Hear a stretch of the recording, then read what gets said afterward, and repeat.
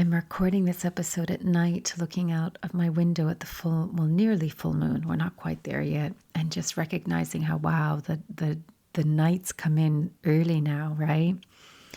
So there's this real shift in energy. So what do I want to talk about today? There's so much around this word coherence, heart coherence. And I had a moment earlier where I just was watching a video that came up of this artist who I know has been through a lot in his life and continues to go through a lot in his life, like big challenges. And, he's an amazing musician. And I had this moment where my heart just swelled up.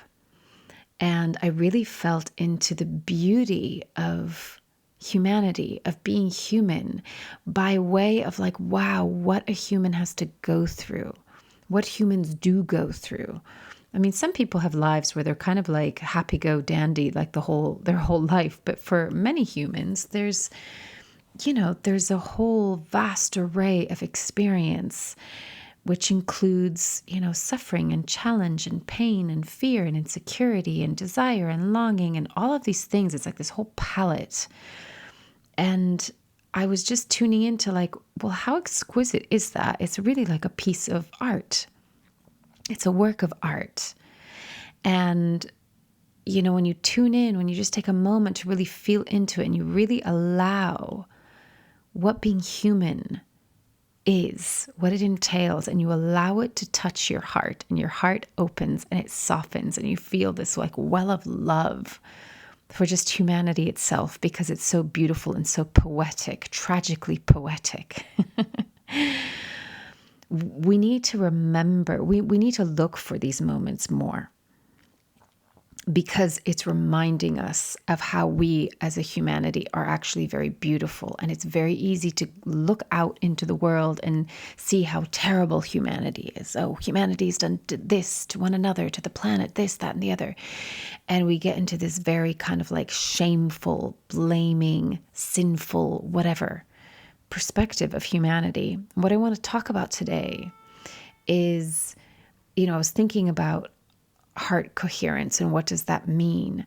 But as we're shifting into heart, as our whole center of gravity is changing, our whole, the way that we view not just life, but ourselves and one another is going to radically change. So I want to talk about what it means to have heart coherence and to be really living from heart and opening up into that, and maybe the growing pains that come with that.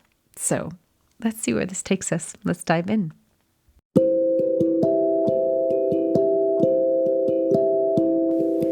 This is Corinne Bloom, and you're listening to Raw Conversations.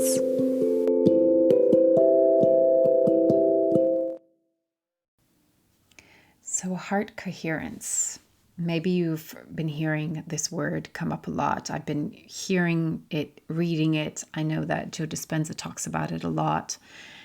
And so from what I understand about it is, or the way that I would simplify the definition of it is, it's really when we come into harmony and into balance and into equilibrium, our heart with our mind, our feelings with our thoughts. I really look at it as, sometimes I use the word cohesion. There's this, like, there's everything kind of fits and works together in a collaborative, harmonious way. And I think that, as I've spoken to a lot, we're moving from the kind of fragmented self into the whole self, which we've always been the whole self, but the way that we've been brought up, educated, influenced, has been very fragmenting. And actually, it reminds me of, I did this with a client last week, and I need to remember sometimes to do this just with myself. I mainly do it when people are in some kind of a separation, relationship separation, where you call back the fragments of your soul, like parts of you back into your body that you might have left with that person. But actually, it's something that's very powerful to do just in general, because it's very easy to leave parts of us in places or with people, or even just, never mind if like fragments of soul is just too far out there for you, but even just your attention, your presence, your awareness, like where did I lose my presence in the day? Where did I lose my, that's when we kind of get overwhelmed and ungrounded because we have a million things to think about, and we literally go outside of our bodies. And so that's why we need to remind ourselves, come back in, come back home, feel yourself in your body, breathe. I always say, feel your feet on the ground. That's, a really quick way to ground, is just feel your feet on the ground and feel yourself in your body by breathing into your body. So why am I saying that? I'm saying that because our attention, our focus, has been scattered for a long time, and it's actually manipulated to do so as well, because look at social media, it's all one big distraction, right? And like creating so much ADHD because you can't watch something for more than 7 seconds or 2 seconds or 3, I don't know, it changes every single week. So we've been in a state where we feel fragmented because of our environment and ways of doing. I was going to say ways of being, but actually we haven't been in being. We've been more in doing, and a very distracted kind of doing. I used to think that it was a really good thing to be able to multitask. And now I actually think, no, do what you're doing with presence. Like, don't multitask. Like, why is that something that we go, oh, that's amazing, you're a multitasker. Women are a multitasker. Like, I don't know, as I get older and I'm a mama, like I sometimes have to tell my daughter, I can't do more than one thing at once. Like, just hold that question. I'm cooking right now. I'm in a very important part of cooking. Wait till I'm just potentially not going to like mess this up or burn that or whatever. And there's actually something that, that's good. Yeah. Be focused on the thing that you're doing that's in front of you. So all this to say that we're coming out of the feeling of fragmentation and we're coming into the embodiment of wholeness, which has already been there. That's why I often say this is a remembering. We're not learning anything new. This is a remembering. So coherence, to me, heart coherence, is actually just bringing ourselves back into alignment. It's bringing us back into the quote unquote right way that we should be. I hate those words, but what I mean by that is the way that we are designed to function. This idea that we had to kind of know, guard your heart, close your heart, don't have feelings, don't have emotions, don't be vulnerable, be logical, be only in the left part of your brain, be logical and rational and linear and like the absurdity of that we kind of fell for that we're like, oh yeah, that's a good idea. Like, here we've been created in this, you could say, spectacular, exquisite design, designed for perfection in its own way, right? And then to feel and think that actually, no, that design is so flawed. Again, I'm going to go back to the example of, why would you buy a washing machine where you can't use 5 of the buttons? They're like, no, you just can't use those buttons. Well, if I can't use them, don't put them on. If they're there, they're meant to be used. They're there for a reason, right? So it's like coming back into, we're remembering who we truly are. And there's so many parts of us that are so dormant that are slowly awakening or will awaken. And it's a whole process. But, we're all intuitive. We're all psychic. We all have these abilities, but we just haven't used them for, sometimes like decades, hundreds of years, eons. So this is why I say it's a remembering. This is a remembering of who we truly are.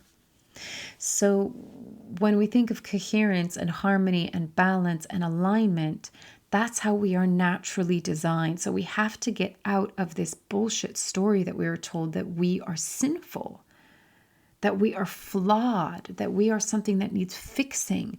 Even if you go into the New Age arena, this whole like self-improvement, I don't really like that term, because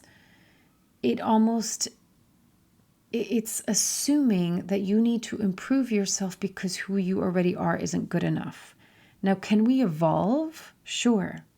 Can we grow through our own learning? And can we grow out of making mistakes? Or can we grow because, oh, God, I didn't treat that person very well, or what I said was not very kind? And we grow through awareness.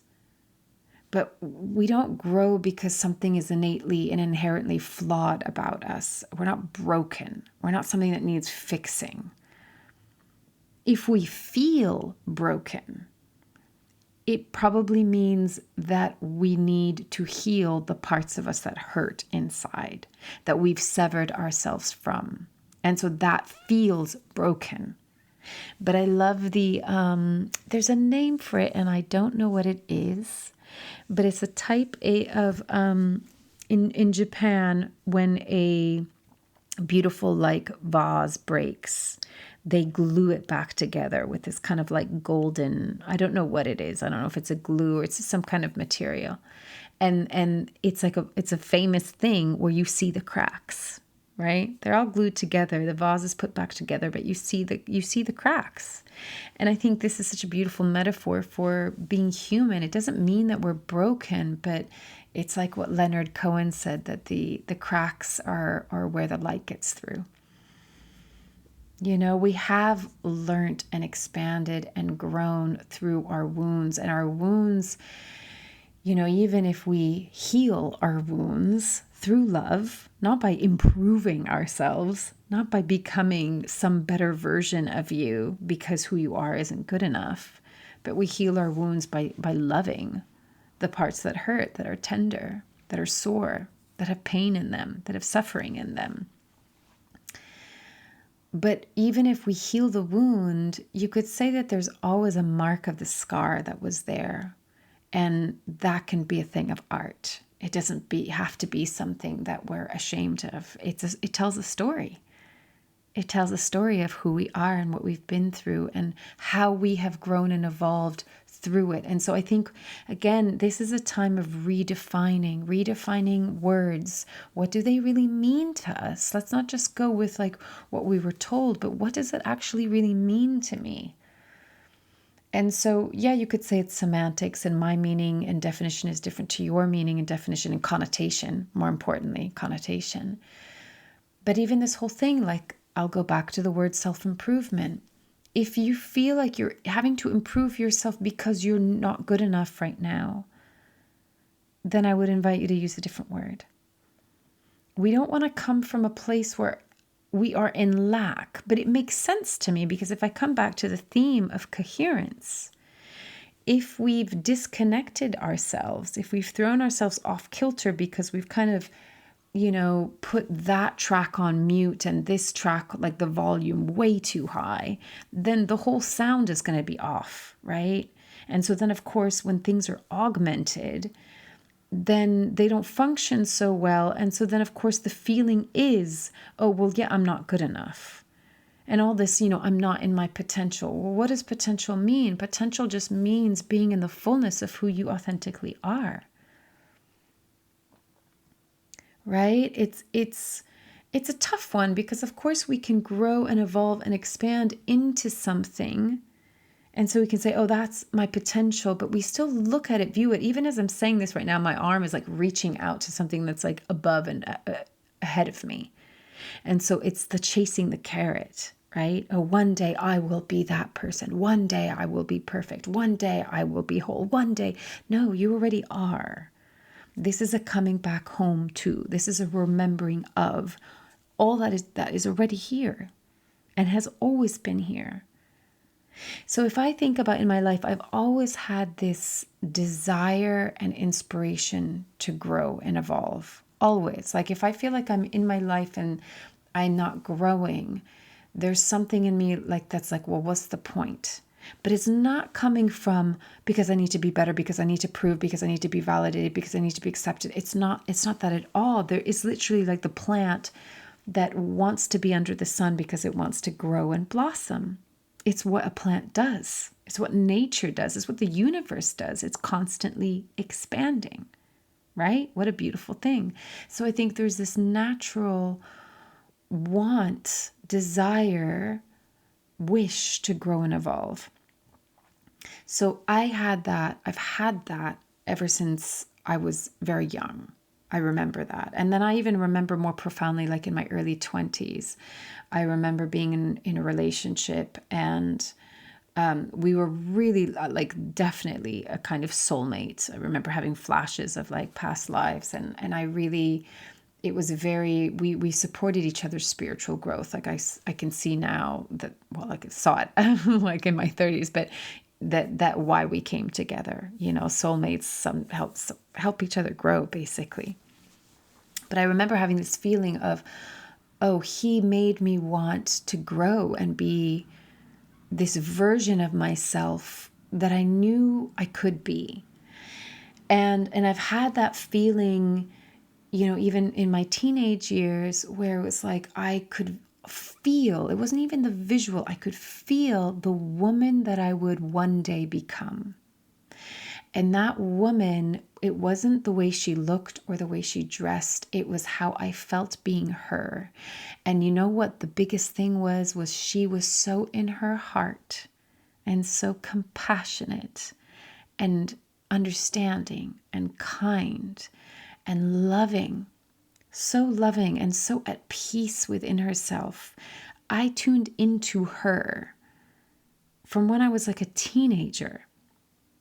So when we think about self-improving so that we become a better version of ourselves, if I knew the feeling of that when I was a teenager, that meant she was already in me.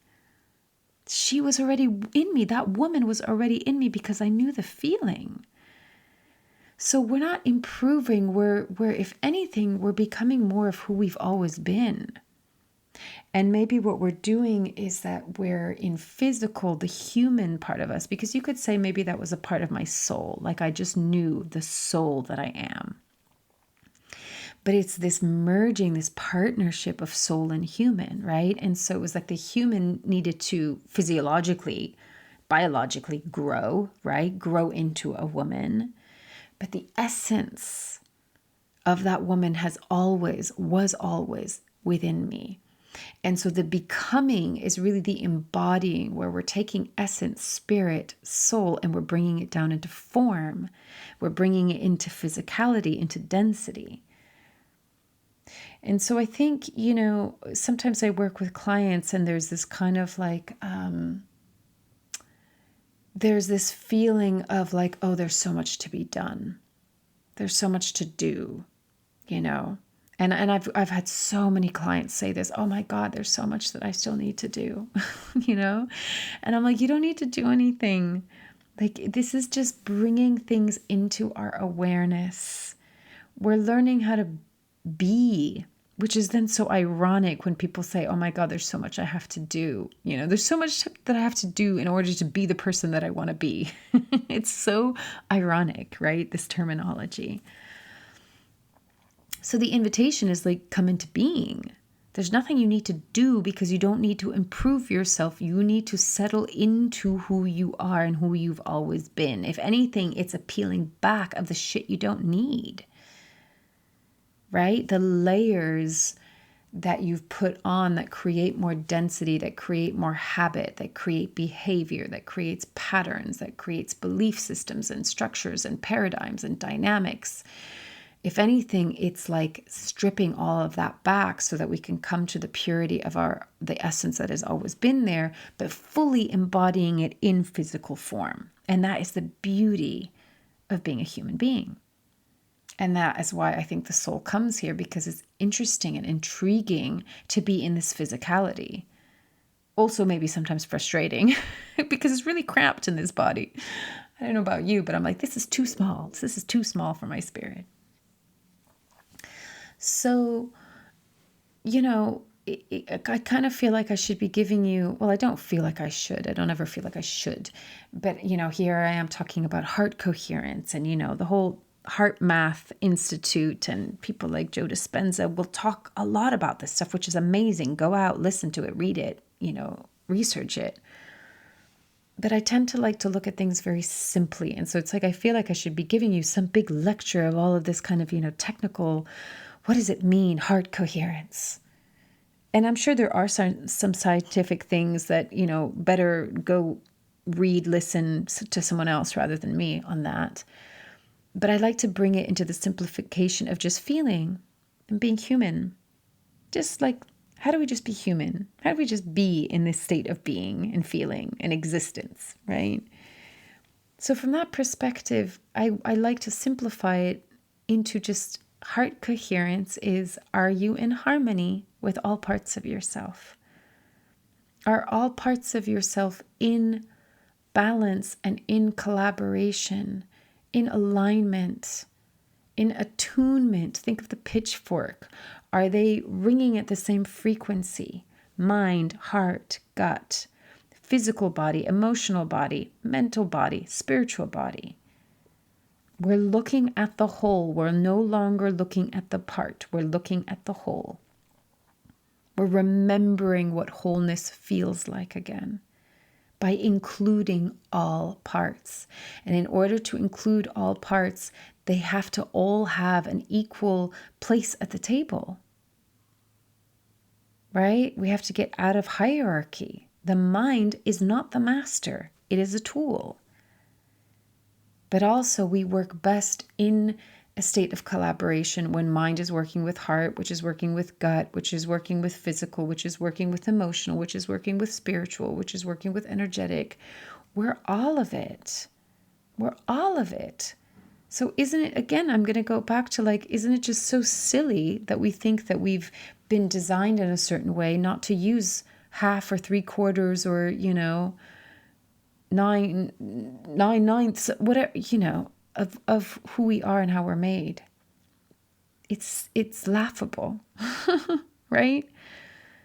And so the great thing about this is that if there are any parts of you that feel like they're wrong, or you want to get rid of, or you feel ashamed of, I'm going to tell you right now, and you can take it or leave it, as always.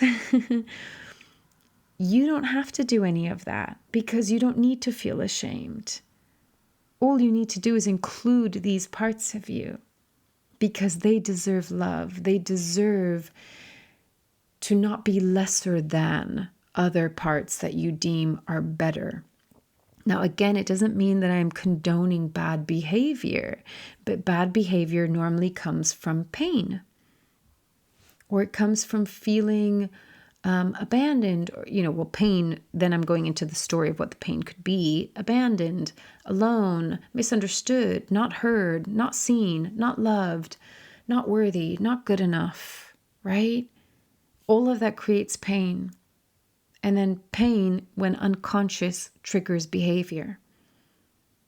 And so a lot of the times, my daughter started at a new school and she had a little bit of an issue with one of the teachers. And the teacher, from what she was telling me and what the teacher said to her, it was very, let's just say it was very immature of the teacher to be communicating this way. She was being a little bit sarcastic and just not very nice. And I was like, well, part of going to school is you're going to get to know, part of education is how are humans? People have different personalities, and some people you're going to come across, they're going to be a little bit challenging. But also okay, what happened in that moment? Maybe the teacher was triggered about something, and so it triggered this behavior. And was it very conscious? No. Was it kind? No. Was it kind of making fun and sarcastic? And was that was that the mature thing to do? No. But I always say to people, what if you begin by not taking something personal? So I said that to my daughter. What if in this moment, if you were really acting like, a brat or rude or whatever, okay, then there's a thing around self-responsibility, but she wasn't. She was actually doing a very kind gesture to show empathy to a girl that was crying because she was really upset about something. So when you are integrity and you're coming from a place of, authenticity and kindness, you're showing up with integrity, as I said, and someone is still having a big reaction and they're either belittling you or whatever, shaming you or blaming you, you have to know it's not personal. And so in that moment, that person has been triggered. And so their behavior is coming from a trigger always is rubbing up against a sore spot, right? And a sore spot has experienced pain. God knows what it can go to, like inadequacy, or I'm not good enough, or there are so many layers. And so it's like remembering that, God, I totally lost where I began with all of this. It will stream back in. But we're seeing how everything is interconnected, right? So part of this coherence is recognizing that even those parts that have a triggered reaction and have a behavior that maybe we're like, I could work on that, it's like, can you include that rather than going into the shame and the flaw and that needs to be fixed, or really that needs to be gotten rid of? And, there's been some bad indoctrination coming from some establishments that are like, yeah, you're sinful. You're bad. This needs to be punished. That whole paradigm needs to be literally, if anything needs to be gotten rid of, that's what needs to be gotten rid of, or it needs to be heavily and highly transmuted into something else and seen for what it is, and seen as a mechanism for control to take you away from your own natural connection to the divine and to your divinity, and therefore your power, because we're hugely powerful beings. As human beings, we need to remember that we're beautiful and that we're powerful, and like the capacity that we have is immense. Again, just a lot of parts of us are dormant. They've been sleeping because they've been kind of put to sleep in the poppy field for a long time, right? Just outside of Oz. So part of coherence, if that means harmony can only come by the inclusion of all things, and then we can transmute things, we can evolve things, but nothing changes by getting rid of. Nothing heals by getting rid of. You don't take a wound and rip it apart and be like, well, this half of it, I have to rip this part of the flesh and throw it away and then it's going to get better. No, it needs to come into cohesion. It needs to come into itself so that the skin meets itself and it can grow together, right? Otherwise, you're just creating a gaping wound that just continues to ooze and bleed. So the simplification of this all, like the true simplification of this all, is, can you love everything? Can you truly love all parts of you? And I begin with parts of you because it's very triggering, and I don't think we've, masked. I don't even want to use that word. It's too big a climb to be like, I love everyone and I love everything, and I, we're not there yet. Like, we're going to have our opinions, we're going to have our views, we're going to have our judgments. But I think now more than ever, when we're really turning on the heart center, it's recognizing, but how do I feel when I'm in judgment? How do I feel when I'm in division? How do I feel when I'm in hatred? How do I feel when I, notice if you go into like, how do you feel when you speak a certain way about somebody else? How do you feel when you speak a certain way to your own self? We're building awareness. We're observing. Now, the awareness shouldn't come with like reprimanding yourself if you notice something that you don't like. It's like, can you have compassion for that too? Can you love that too?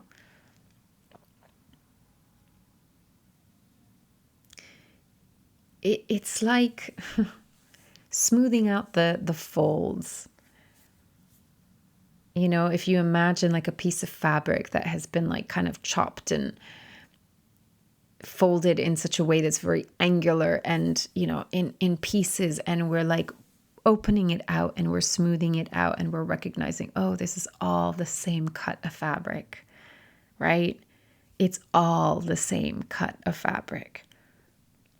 So there's no parts that you need to cut away. Harmony is the inclusion of all things and all parts. And then the beautiful thing is that, it's the intention of, let me back up a second. We've been taught for so long to guard your heart, or don't be too vulnerable, or don't be too emotional, or don't be too sensitive. All of those things have been considered weakness, right? And so then how are you going to have any compassion for humanity? And how are you going to have any compassion for yourself? Right? Because all of the things that compassion requires, you've been told not to feel. You've been told not to do, right? So how, people are like, I don't know self-love. I don't know how to love myself. Well, we have to begin by take the barriers down from around your heart. And I'm not saying that you go to the opposite extreme of just being a doormat to everything and everyone, but really we find our true quote unquote safety not out of defense, but out of self-care. That boundaries aren't walls. Boundaries are an act of self-love and self-care. And so again, when we try to compartmentalize or fragment, or me against you, us against them, walls, barriers, dividers, they're hard, right? Think of it metaphorically and think of it like literally, right? They're hard. And so then, of course, we're going to feel fragmented. And when we feel fragmented, we are further and further away from home, because home is wholeness. And authenticity isn't when you're perfect and positive and happy and healthy and all of these things. Authenticity is, what is the truth of who you are right now? Right here, right now.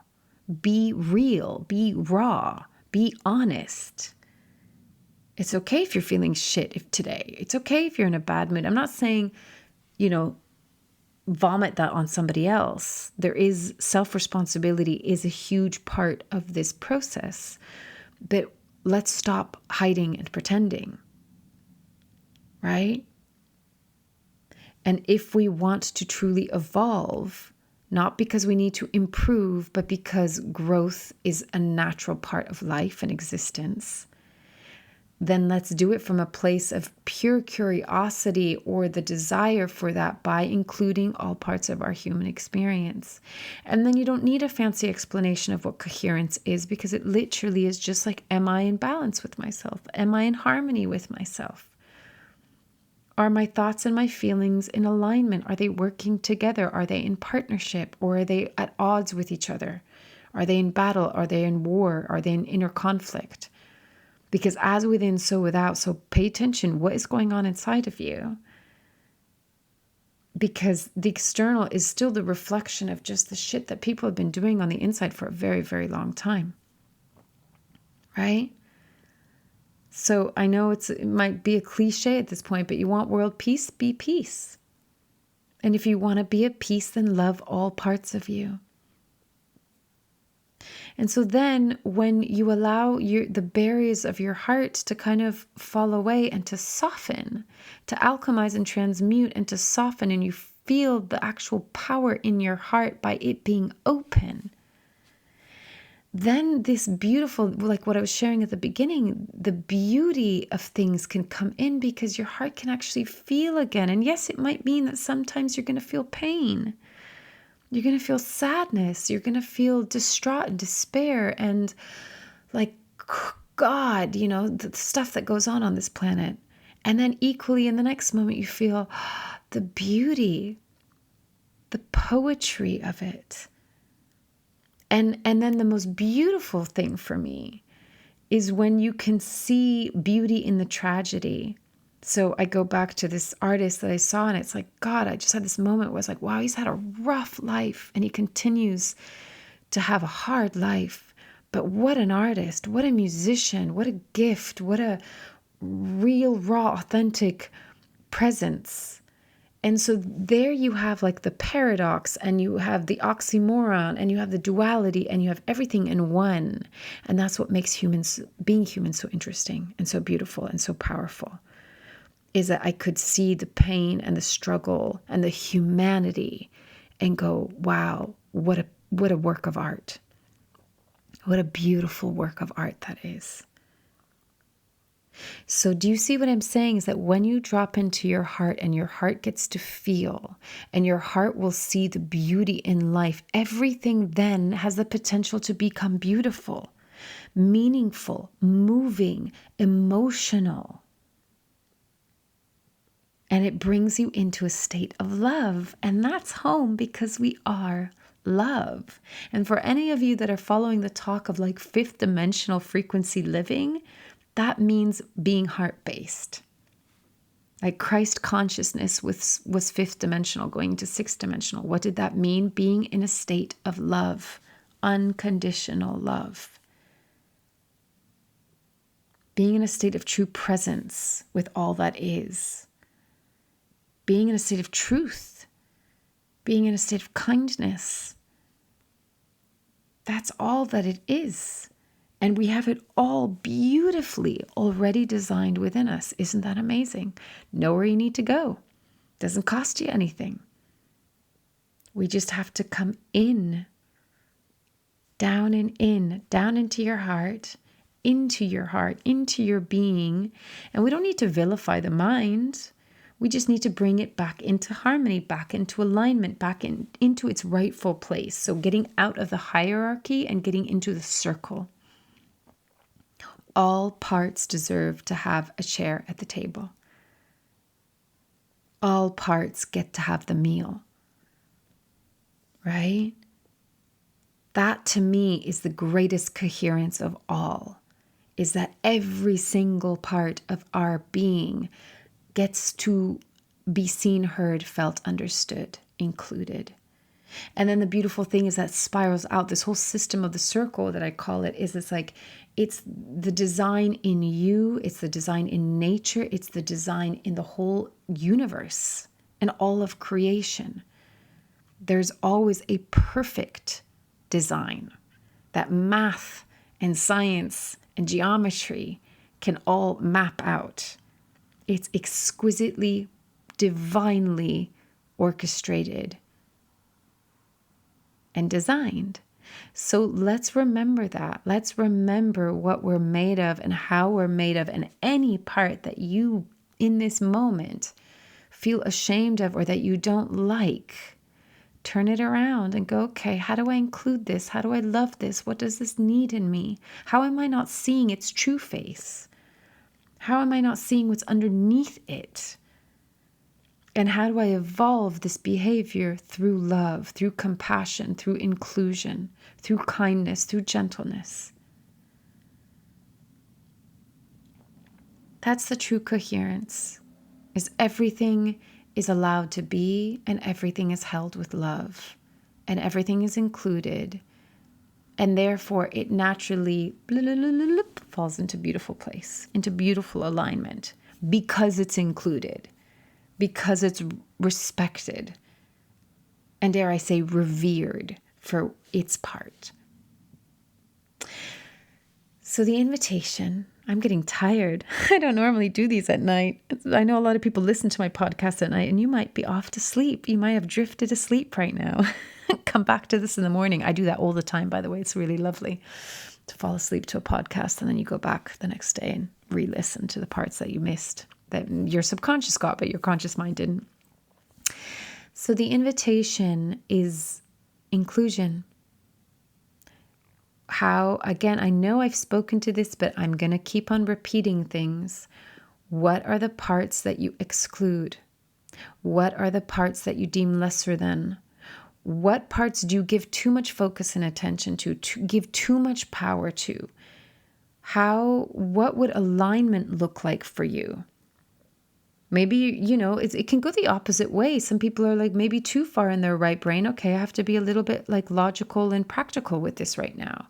Or maybe I'm so much in my emotions and I need to like bring in the wisdom of my thoughts and my mind. right now, apparently, I was just listening to an astrologer, and Virgo and Pisces, I think, are very active right now. And it's kind of like the intuitive and the practical. And that's a beautiful balance, right? Like, how do we be intuitive and practical at the same time? And for me, there's so many aspects like that. Is like that is kind of the divine and the earthly, how if we are bringing spirit, how do we bring it into human form?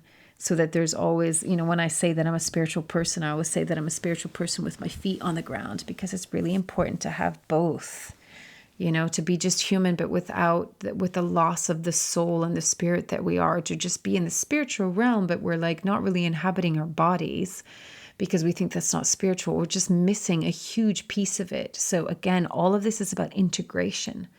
I spoke about that last week. All of this is about integration. You want true coherence? Integrate all parts of you. All parts of you. So the invitation is really simple, just to observe this.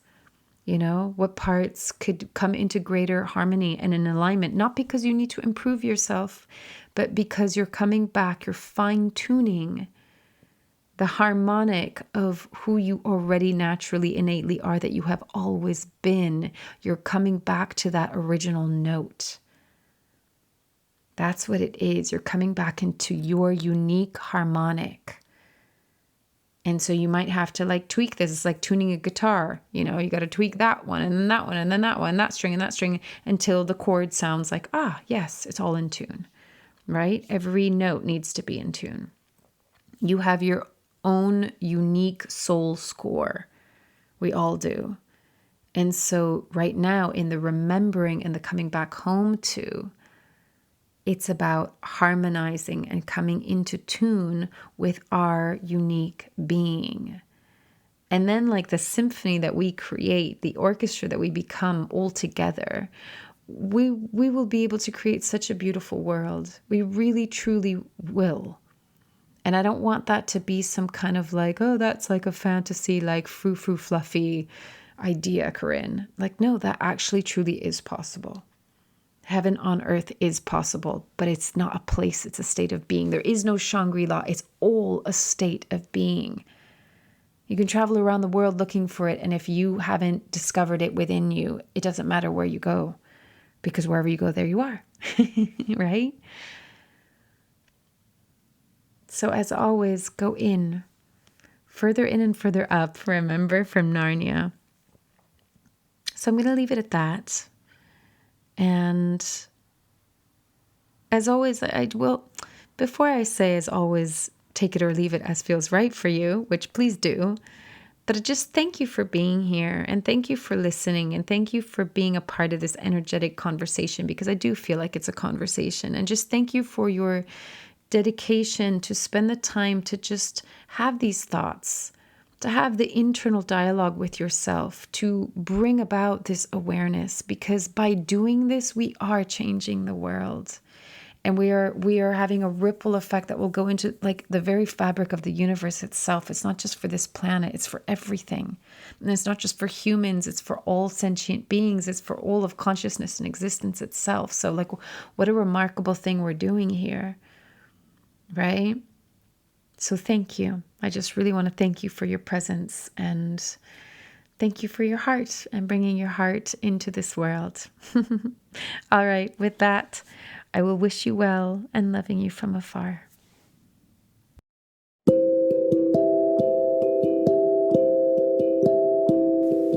You've been listening to Raw Conversations with Corinne Bloom. Thanks so much for showing up, listening in, and being a part of the conversation with me.